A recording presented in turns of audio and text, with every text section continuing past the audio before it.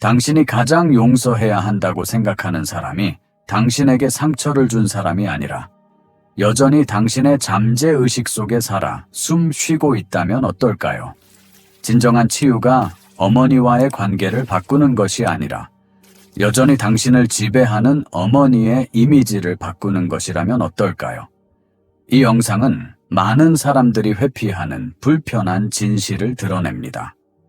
어머니 원형, 이 당신의 정서적 발달, 자아감, 그리고 자유롭게 살아가는 능력에 얼마나 강력한 영향을 미치는지 말입니다. 칼 구스타프 융의 연구에서 영감을 받은 이 여정은 결코 쉽지 않습니다. 하지만 필수적입니다. 왜냐하면 이 내면의 그림자와 마주하기 전까지는 치유는 항상 닿을 수 없는 먼 꿈처럼 느껴질 것이기 때문입니다. 시작하기 전에 저희 채널을 구독하고 커뮤니티에 가입하세요. 매일 새로운 영상, 심오한 통찰, 그리고 개인적, 영적 성장을 위한 적극적인 접근 방식을 만나보실 수 있습니다. 자, 시작해볼까요? 윤근 어린 시절 어머니를 중심으로 형성된 무의식적 패턴이 성인이 되어서도 우리에게 깊은 영향을 미치는 방식을 설명하기 위해 어머니 콤플렉스라는 용어를 만들어냈습니다. 보이지 않는 감옥과 같은 의미입니다. 이 패턴들은 우리가 성장한 후에도 오래도록 남아 우리의 반응과 기대, 감정적 행동을 은밀히 이끌어갑니다. 어머니 콤플렉스는 어머니를 탓하는 것이 아닙니다. 그녀가 남긴 심리적 흔적이 내면에서 여전히 어떻게 작동하는지를 보는 것입니다. 이 흔적들은 논리로는 설명할 수 없는 방식으로 감정적 반응을 빚어냅니다. 작은 비판에도 깊이 상처받거나, 사랑을 의심 없이 받아들이지 못하거나, 끊임없이 타인의 인정을 쫓는 자신을 발견할 수 있습니다. 이것은 단순한 결함이 아닙니다. 당신의 초기 시절, 아직 안전을 배우던 신경체계 속에서 만들어진 내적 대본의 증상입니다. 설령 어머니가 육체적으로는 곁에 있었다 해도 그녀가 남긴 감정적 울림은 혼란스럽거나 고통스러울 수 있습니다. 어쩌면 그녀의 사랑은 조건부처럼 느껴졌을지도 모릅니다. 어쩌면 그녀는 당신이 줄 수 있는 것 이상을 기대했을지도 모릅니다. 혹은 그녀가 자신의 고통에 휩싸여 당신을 위한 공간이 없었을지도 모릅니다. 이런 경험들은 단순히 아픔으로 끝나지 않습니다. 그것은 당신이 자신을 어떻게 인식하는지를 형성합니다. 당신은 어머니와 싸우는 것이 아닙니다.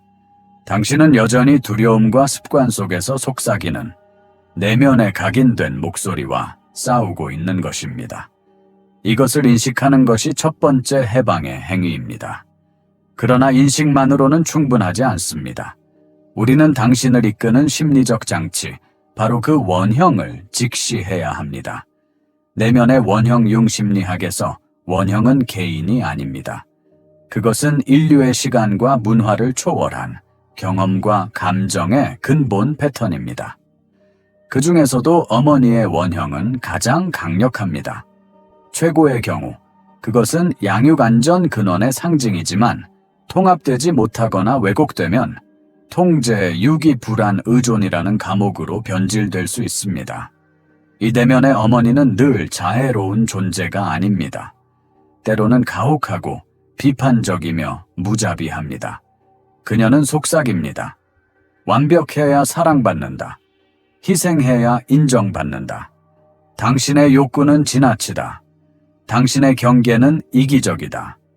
당신의 야망은 위험하다. 그리고 그 목소리는 종종 실제 어머니의 언어와 음색을 닮았지만 실제로는 당신 안에 살아 있습니다. 더 큰 문제는 이 원형을 그대로 성인기의 관계 속으로 끌고 온다는 것입니다. 당신은 파트너가 구원자가 되어주길, 부모가 되어주길, 당신이 받은 상처를 치유해주길 기대합니다. 그러나 그들은 당신의 내면의 빈틈을 채울 수 없습니다.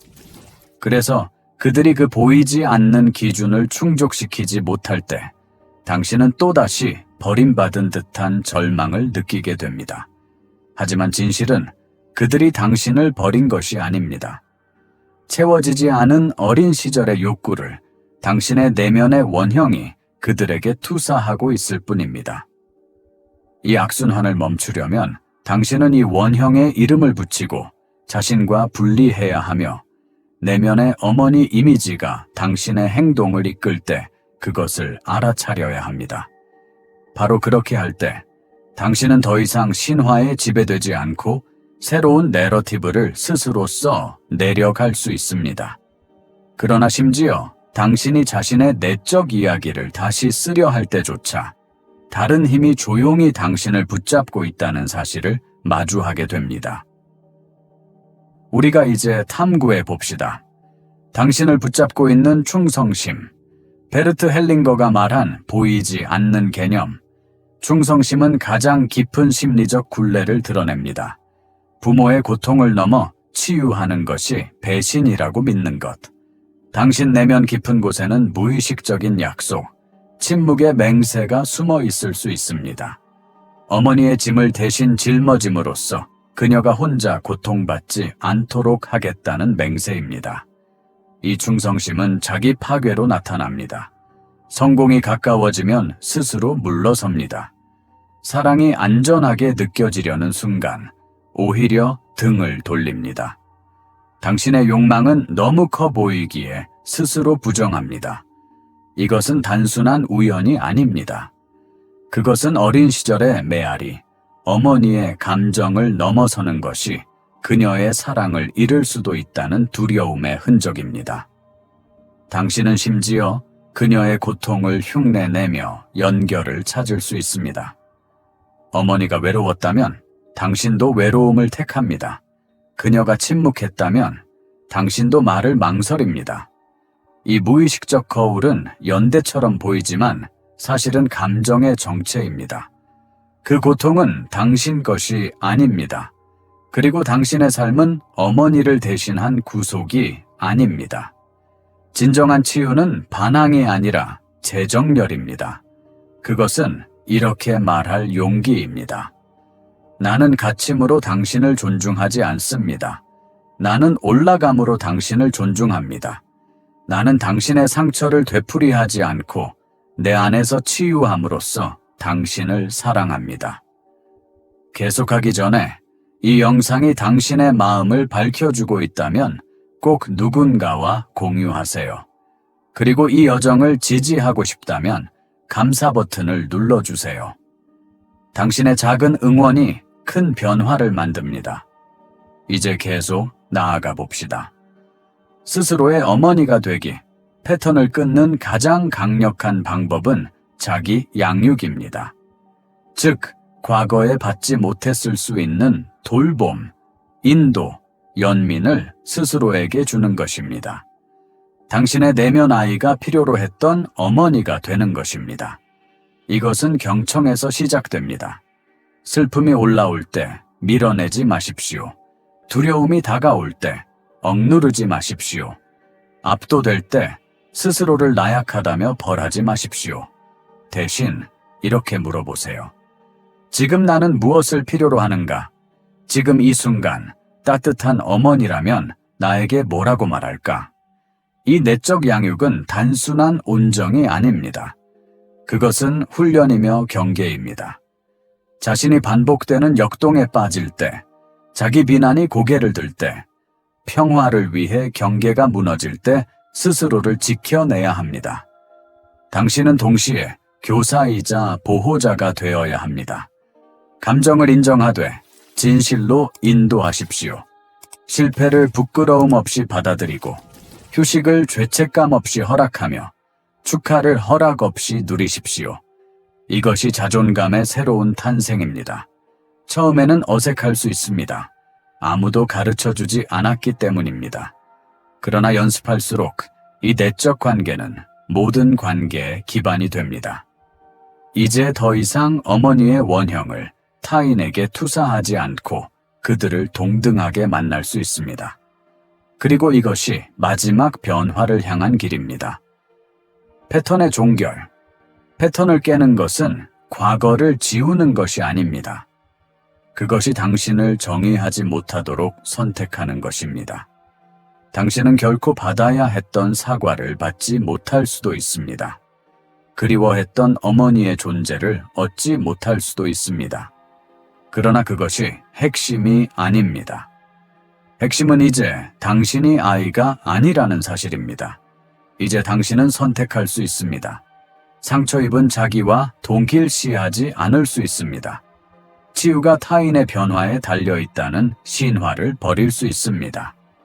과거의 당신을 묶어둔 규칙들을 해체할 수 있습니다. 이것은 고통을 부정하는 것이 아니라 고통을 집으로 삼지 않겠다는 의식적인 결정입니다. 작은 순간들을 알아차리세요. 죄책감을 피하려고 예 라고 말하는 순간, 질투를 피하려고 움츠러드는 순간, 공간을 차지했다는 이유로 사과하는 순간들.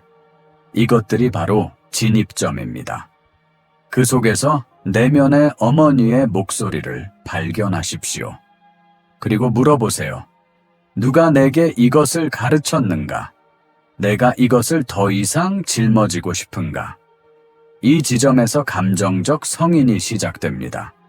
습관이 아니라 의도로 행동할 때, 상처가 아니라 가치가 길을 이끌 때, 패턴 속에 빠져들 때, 멈추고 호흡하고 다시 선택할 때.